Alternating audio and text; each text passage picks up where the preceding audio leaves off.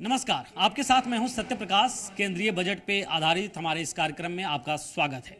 और आज हम बात करेंगे बजट को लेकर सरकारी कर्मचारियों अधिकारियों से और जानेंगे कि उन्हें इस बजट से क्या कुछ उम्मीदें हैं, उनकी उम्मीदें किस तरह की है। और हमारे साथ कर्मचारी जो हैं, शासकीय कर्मचारी अधिकारी वो जुड़े हुए हैं और इनसे हम बातचीत करके जानने की कोशिश करेंगे। सर, किस तरह की उम्मीद है आप लोगों को केंद्रीय बजट से?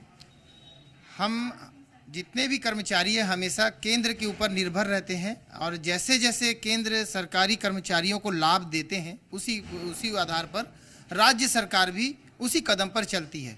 तो अभी वर्तमान में जो केंद्र सरकार के द्वारा केंद्रीय बजट प्रस्तुत किया जाना है तो उसमें उसको देखते हुए हम लोग सबसे पहले तो महंगाई भत्ता को उनके समानता के बराबर लाए। जैसे आज वर्तमान में केंद्रीय सरकारी कर्मचारियों को 46% महंगाई भत्ता मिल रहा है और आने वाले बजट वर्ष में उनको फिर से उसमें 4 से या 5% लगभग बढ़ाने की उम्मीद है।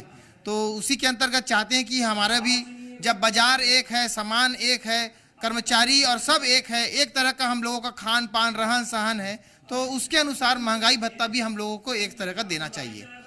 और दूसरा चीज़ है, कई वर्षों से आज तक वेतन की बढ़ोतरी में किसी भी प्रकार का सुधार नहीं किया गया है। जो वेतनमान चल रहा था वही चला आ रहा है, उसमें आज तक वेतन लेवल को यानी कि कभी भी बढ़ाया नहीं गया है।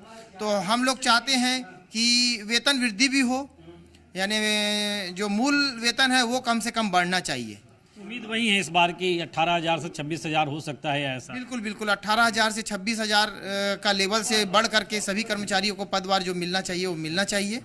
और तीसरा चीज़ यह है कि इनकम टैक्स का जो अभी इस वित्तीय वर्ष में अभी तो चला आ रहा है, आगामी वित्तीय वर्ष में हम सरकार से यह चाहेंगे कि केंद्र जो भी इनकम टैक्स का स्लैब है उसमें सुधार करे, क्योंकि आप पुराने 10 साल के स्लैब के अनुसार चल रहे हैं और जबकि उसके बाद महंगाई भत्ता भी बढ़ चुका है, तो उसके अनुसार हमारे को स्लैब में भी बढ़ोतरी होना चाहिए क्योंकि वेतन वृद्धि हुआ ही है। फिर आपको क्या उम्मीद है सर केंद्रीय बजट से? केंद्रीय बजट पेश हो रहा है, उसके आधार पे ही स्टेट गवर्नमेंट भी अपने कर्मचारियों को वेतन विसंगति और अपना डीए, महंगाई भत्ता, सभी चीज़ों का निर्धारण स्टेट गवर्नमेंट भी उसी आधार पे करते हैं। इसी हिसाब से केंद्रीय कर्मचारियों को जो बजट पेश हो रहा है उसमें महंगाई भत्ते की बात आ रही है। महंगाई भत्ता भी बढ़ना चाहिए। हमारा पेंडिंग है स्टेट गवर्नमेंट से 4% डीए अभी मिलने का है, जो अभी तक प्राप्त नहीं हुआ है। उसी तरीके से क्या है, कर्मचारियों की जो वेतन विसंगति है आज पर्यंत उसको दूर नहीं किया गया है स्टेट गवर्नमेंट द्वारा। तो इसको भी अपना सरकार को चाहिए, जितने भी कर्मचारियों की विसंगति है, वेतन विसंगति है, खास करके हमारे लिपिक भाइयों का वेतन विसंगति का मांग बहुत लंबे समय से चल रहा है, लेकिन उस ओर कोई ध्यान नहीं दे रहे हैं स्टेट गवर्नमेंट। तो उसको जो है रिवाइज करना चाहिए। जो हमारे जो जितने भी लिपिक कर्मचारी हैं उनको भी सम्मान। अच्छा, एक बात आती है सर कि आप लोग शासकीय कर्मचारी अधिकारी हैं, शिक्षा की बात हो या स्वास्थ्य की बात हो, इस बात की मांग हमेशा रहती है कि सब कुछ मुफ्त होना चाहिए, विशेष तौर पे स्वास्थ्य तो बिल्कुल मुफ्त ही होना चाहिए। इन सब को लेकर एक आम नागरिक के तौर पे भी किस तरह देखेंगे? बिल्कुल उम्मीद जताएंगे? बिल्कुल, स्वास्थ्य, शिक्षा और चिकित्सा ये तो होना ही चाहिए। सभी कर्मचारियों को मुफ्त में ही मिलना चाहिए और उसमें आम जनता को भी मिलना चाहिए, क्योंकि कर्मचारी को तो मिलना ही मिलना चाहिए।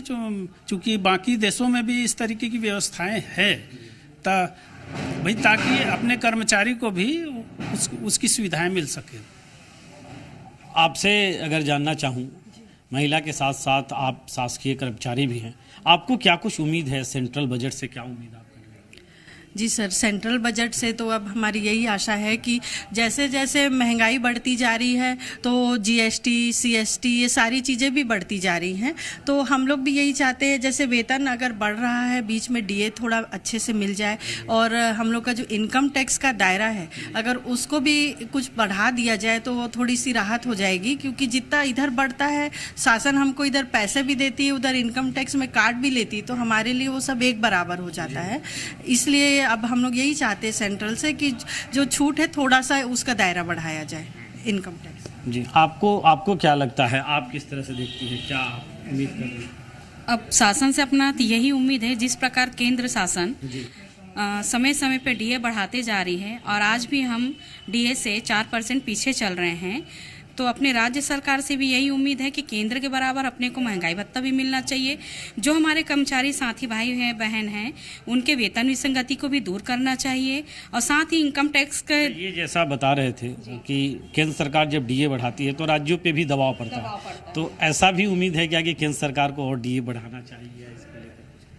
केंद्र सरकार तो समय समय पे तो डीए बढ़ाती ही है ना, बस राज्य के जो कर्मचारी हैं वही पीछे रह जाते हैं, क्योंकि जब समानता हर एक चीज में है तो अपने को ही पीछे इस पे भी होना चाहिए। कुछ और लोग हैं, उनसे बात करेंगे। आपको किस तरह की उम्मीद है, आप किस तरह देखती हैं? आप एक महिला भी हैं शासकीय कर्मचारी के साथ साथ, तो उस तौर पे आप किस तरह से उम्मीद लगाती हैं कि घर का बजट कितना सस्ता हो, क्या कुछ होना चाहिए? सस्ता तो नहीं है सर, उस महंगाई तो बहुत है ना, इसमें हमारा भी इसी बजट बढ़ना चाहिए।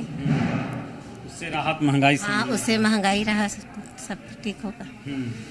एक बात इन्होंने कहा जो टैक्स स्लैब के दायरे को लेकर, इसे किस तौर पे देखे और इसे लेकर किस तरह की उम्मीद है आपको? अभी जैसे कि टैक्स स्लैब को 2 दायरे में बांट दिया गया है, यानी कि नया और एक पुराना में क्या है, जैसे आपने गृह निर्माण के लिए कोई लोन लिया है या आपको ये LIC का बॉन्ड भरे हुए हैं या किसी प्रकार का आप 80 CC के तहत में कोई छूट के लिए प्रावधान के अंतर्गत आपने किसी भी प्रकार की राशि जमा किया है, तो उसको क्या है आप पुराने स्लैब के अंतर्गत छूट के दायरा में 1.5 लाख रुपए में ले लेते थे।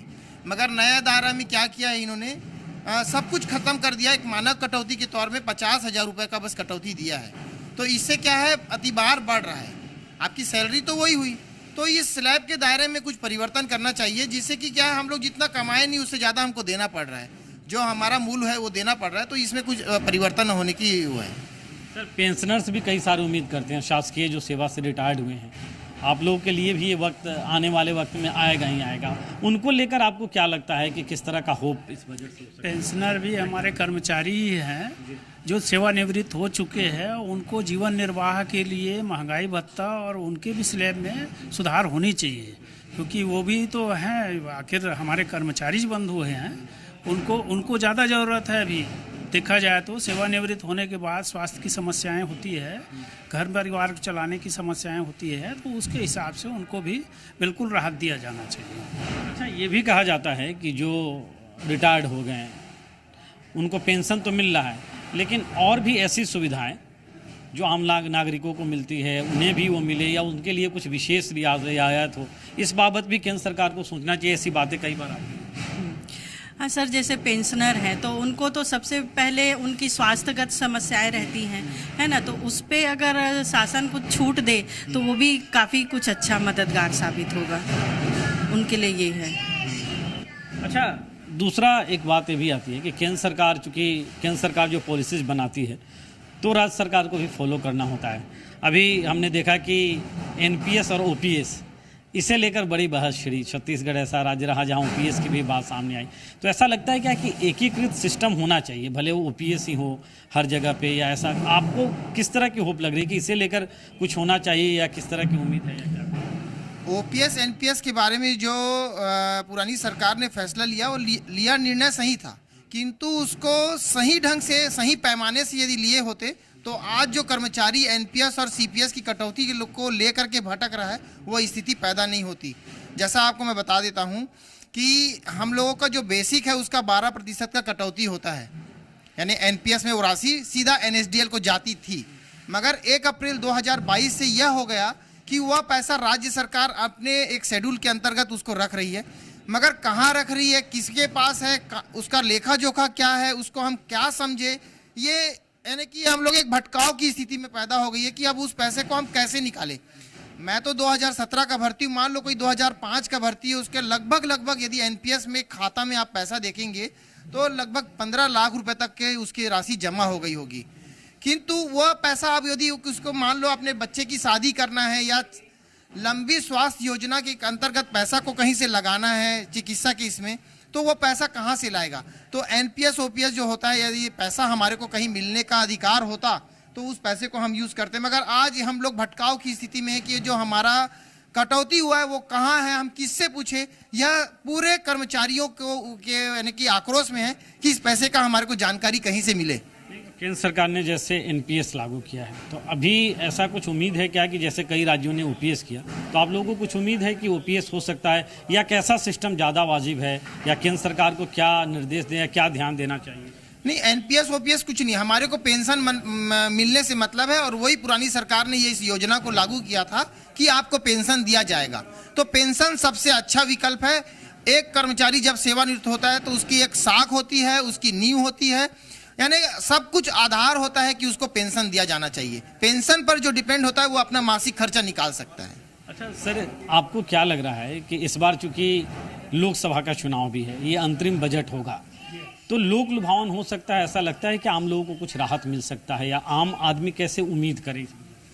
हाँ, आम आदमी को तो बिल्कुल सुविधाएं मिलनी चाहिए। और लोकसभा चुनाव को देखते हुए सरकार को चाहिए भी कि सभी कर्मचारी, सभी वर्गों को, कर्मचारी से ही मतलब नहीं है, सभी वर्गों को ही उनकी सुविधाओं को ध्यान में रखते हुए उनकी असुविधा जितनी भी होती है उनको दूर करने के लिए उस हिसाब से बजट आना चाहिए, ताकि महंगाई भी थोड़ा कम हो, कर्मचारियों को भी राहत हो।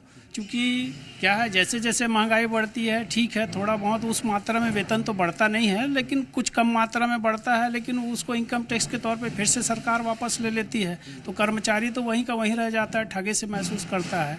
तो उस हिसाब से इनकम टैक्स स्लैब को भी जो है बढ़ाना चाहिए। मेरे हिसाब से तो 10 लाख रुपए तक करना चाहिए, ताकि इनकम टैक्स स्लैब बढ़ाना चाहिए। इनकम स्लैब तो बढ़ाना ही चाहिए, क्योंकि कर्मचारी का इधर वेतन बढ़ता है और उधर इनकम टैक्स में अपने को छूट उतनी नहीं मिल पाती है, तो इसलिए सरकार को चाहिए कि इनकम टैक्स का जो दायरा है उसको बढ़ाना चाहिए। अच्छा, एक और चीज़ कहा जाता है मैम कि केंद्र सरकार चूँकि जो पॉलिसीज बनाती है, जो घोषणा करती है, सब पे फर्क पड़ता है। छत्तीसगढ़ के लिहाज से अगर हम कहें तो बहुत सारी चीज़ों में, विशेष तौर पे पढ़ाई की व्यवस्था करें या स्कूलिंग की व्यवस्था करें, स्वास्थ्य की व्यवस्था करें, इस दिशा में भी कई सारे सेक्टर में जो अंदरूनी इलाके हैं वहाँ पे विशेष ध्यान या डेवलपमेंट पे विशेष ध्यान देने की ऐसा लगता है कि हाँ सर, नई सरकार से ये उम्मीदें तो हैं कि जो रोजगार है सबसे पहले तो उसको बढ़ाएं। जैसे कहीं भी कर्मचारियों की संख्या अगर कम हो रही है तो नई भर्ती भी ले, है ना। दूसरी बात ये है कि सर जो स्वास्थ्य समस्या है वो भी ध्यान देना चाहिए कि जो आयुष्मान कार्ड है उसका उपयोग भी, और गरीबों के लिए भी जो निःशुल्क चिकित्सा है वो भी मिलना चाहिए। अभी तक चर्चा ही होती है, आयुष्मान कार्ड का भी एक दायरा है या तय है कि इस बीमारी में इतना खर्च है, इस बीमारी में इतना, तो इस बात की आती है चर्चा कि खासतौर पे महिलाओं के लिए भी अगर हम कहें तो कि स्वास्थ्य सुविधाएं अगर फ्री रहेंगी तो ऐसी कोई व्यवस्था हो सकती है। इस पर ऐसी उम्मीद है? नहीं, उस पे तो योजनाएं चलती रहती हैं सर, स्लम वाला भी चलते रहता है, लेकिन यह है कि उसका प्रोत्साहन भी मिलना चाहिए और सही व्यक्ति तक पहुंचना भी चाहिए। जो योजना है वो खाली बीपीएल और ये सारे चीज़ों के चक्कर में ना पड़े, और सभी व्यक्तियों को जिसकी भी ज़रूरत है, जैसे आकस्मिक चिकित्सा है तो वो भी तत्काल मुहैया कराए। ये नहीं कि कुछ चीज़ों में लगे, टाइम लगे, ये नहीं होना चाहिए, जल्दी उसका निराकरण होना चाहिए। अच्छा सर, आप लोगों के पास जो हैं वो किसान भी आते होंगे काम कराने के लिए, आम लोग भी आते होंगे काम कराने के लिए, सबकी अपनी अपनी समस्या। पिछली बार जब अंतरिम बजट आया था 2019 में तो किसानों के लिए प्रधानमंत्री किसान सम्मान निधि है उसकी घोषणा हुई थी। आपको लगता है क्या किस वर्ग पे ज़्यादा फोकस होना चाहिए इस बार बजट में, आपको क्या लगता है? जय जवान जय किसान है। किसान को वाकई में उनके प्रति सोचना चाहिए, हमेशा उनके प्रति संवेदना रखना चाहिए कि किसान के द्वारा ही हमारा पूरा देश चलता है। तो किसान के लिए कि जितनी भी प्रकार की योजनाएं लागू करती है, चाहे उसके फसल के संबंध में हो या उनको बोनस देने का हो, तो इसमें कुछ ना कुछ सरकार को अपना विकल्प हमेशा तैयार रखना चाहिए। रोजगार की बात अगर करें सर, तो रोजगार के लिए शासकीय नौकरी में जाने के लिए आप लोग भी मेहनत किए होंगे, पढ़ाई किए होंगे शासकीय, उसके लिए किस तरह की आपको लगती है कि स्कीम्स होनी चाहिए? वर्तमान में लगभग सभी विभाग में 30 से 40% पदों की रिक्तियां हैं, उनकी तत्काल भर्ती करना चाहिए। क्या हो रहा है कि एक कर्मचारी यदि मान लो किसी टेबल का वर्क कर रहा है तो उसके ऊपर वर्कलोड बढ़ गया है। अब वो वर्कलोड क्या करेगा, यहाँ अपने अधिकारी के साथ में फेस करेगा कि समाज में फेस करेगा कि अपने परिवार में फेस करेगा। तो लगभग ये पूर्तियों को तत्काल करना चाहिए। इससे क्या होगा, युवकों को रोजगार भी मिलेगा और उनमें एक नई उम्मीद बढ़ेगी कि नई सरकारी नौकरियां का क्या फ़ायदा है, क्या लाभ है, और उसके प्रति उनकी जागरूकता भी होगी, काम के प्रति भी और समाज के प्रति भी। मैम, इस बार इस बात की चर्चा है कि मोदी की गारंटी जैसे कई राज्यों में बात आई, 500 रुपये में गैस सिलेंडर, 450 रुपये में गैस सिलेंडर, ऐसी बात सामने निकल के आई, या 1000 रुपये महिलाओं को देने का, या दूसरी महिलाओं को नगद राशि देने की स्कीम्स की। ऐसी उम्मीद है क्या कि केंद्र सरकार को भी ऐसा कोई फैसला लेना चाहिए, इस बजट में ऐसा कुछ हो कि महिलाओं को किसी वेलफेयर स्कीम में ऐसे पैसे मिले या गैस सिलेंडर पे राहत मिले? इस तरह की उम्मीद तो सभी वर्ग करेंगे। सर, हम लोग को महिला कर्मचारी होने के नाते बस हम लोग ये जरूर चाहते कि ये जो दैनिक जीवन का जो आधार है, खाना पीना, ये सारी चीज़ों को थोड़ा सा लिमिट करे। जैसे गैस सिलेंडर के दाम बिल्कुल 1000 से ऊपर बढ़ते जा रहा है, तो वो थोड़ा सा मुश्किल चीज़ें हैं। बाकी हमको और तो कुछ नहीं, जो हमारा वेतन है हम काफ़ी है, लेकिन ये गैस सिलेंडर है और सब्जियों के दाम है, ये सारी चीज़ों को थोड़ा ध्यान दें, तेल के दाम है, ये सब चीज़ों को ध्यान दें। महंगाई, हाँ, महंगाई। आप किस तरह से देखते हैं इसे कि कोई स्कीम ऐसा महिलाओं के लिए, या राहत कैसे मिले महिलाओं को? जैसे सर, अभी तो गैस सिलेंडर का दाम तो सबसे ज़्यादा है, जो उसको थोड़ा सा कम किया जाए। और खाद्यान्नों में है, उनमें भी बहुत ज़्यादा बढ़ोतरी हो चुकी है, तो उसमें भी अनाज, दाल, दलहन, इस सारी चीज़ों का भी उसमें भी कीमत में भी कमी किया जाए, बस बजट में जी। अच्छा सर, एक और चीज़ है कि उद्यमिता को बढ़ावा देने के लिए, जैसे सरकारी कर्मचारी हैं आप लोग, ठीक है, आपके परिवार के कई लोग होंगे जो उद्योग धंधे और इस समय भी है, उसके लिए ऐसा लग रहा है कि जब विकसित भारत का कॉन्सेप्ट आगे जा रहा है, विकासशील भारत से विकसित भारत, तो इसमें किस तरह से छत्तीसगढ़ जैसे राज्य पे क्या कुछ ध्यान होना चाहिए, या रेल भी बजट साथ साथ में ही आता है, तो कनेक्टिविटी को लेकर आपको क्या लगता है कि किस तरह से होनी चाहिए? यदि उद्यमिता का बात करें तो हमारे पास छत्तीसगढ़ में बहुत सारे उद्यमिता का साधन है, जिसमें हम महिलाओं को, नए युवाओं को एक अवसर प्रदान कर सकते हैं, ताकि जिससे देश का और राज्य का एक नया विकास होगा, जिसमें सभी को लाभ मिलेगा, और इस लाभ का आगे चल करके अन्य राज्यों को भी लाभ मिलेगा। कनेक्टिविटी को लेकर आपको क्या लगता है? हवाई कनेक्टिविटी या यहाँ से अंतर्राष्ट्रीय उड़ान की कई बार बात होती है, आप लोग भी सरकारी सेवा में कहीं जाते हैं, उसकी बात आती है, कनेक्टिविटी, रेल कनेक्टिविटी, बहुत सारी ट्रेनें कैंसिल हो जाती हैं, उससे लेकर नई लाइनें को लेकर, उसको लेकर क्या?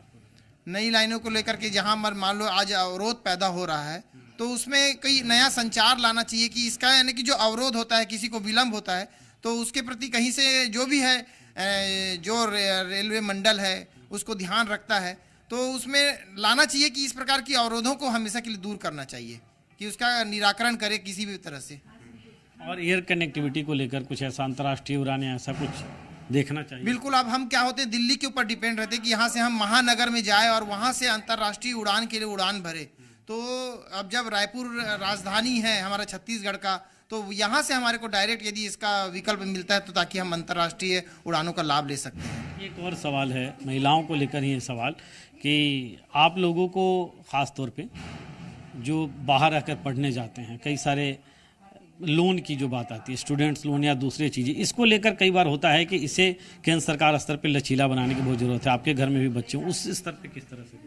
बच्चों को जैसे बाहर भेजते हैं पढ़ाई के लिए, तो उन्हें खर्च बहुत आते हैं, पर अपने यहाँ भी शासन को ये ध्यान देना चाहिए कि ऐसे बच्चों के लिए, जो बच्चे बाहर जाके एजुकेशन प्राप्त करना चाहते हैं, उनके लिए भी कुछ सुविधाएं उत्पन्न करनी चाहिए, ताकि बच्चों की पढ़ाई बाहर विदेशों में, चाहे देशों में, अच्छी तरह से हो पाए।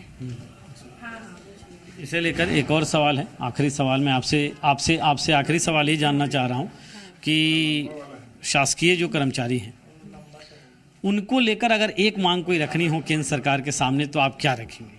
हाँ सर, हम बस मैं ज़्यादा नहीं, संक्षिप्त में बस यही बोलूँगी कि जो हमारे ये वेतन विसंगति होती रहती हैं, जो उधर हमको बार बार डिमांड करना पड़ता है, ऐसी नौबत ना आए।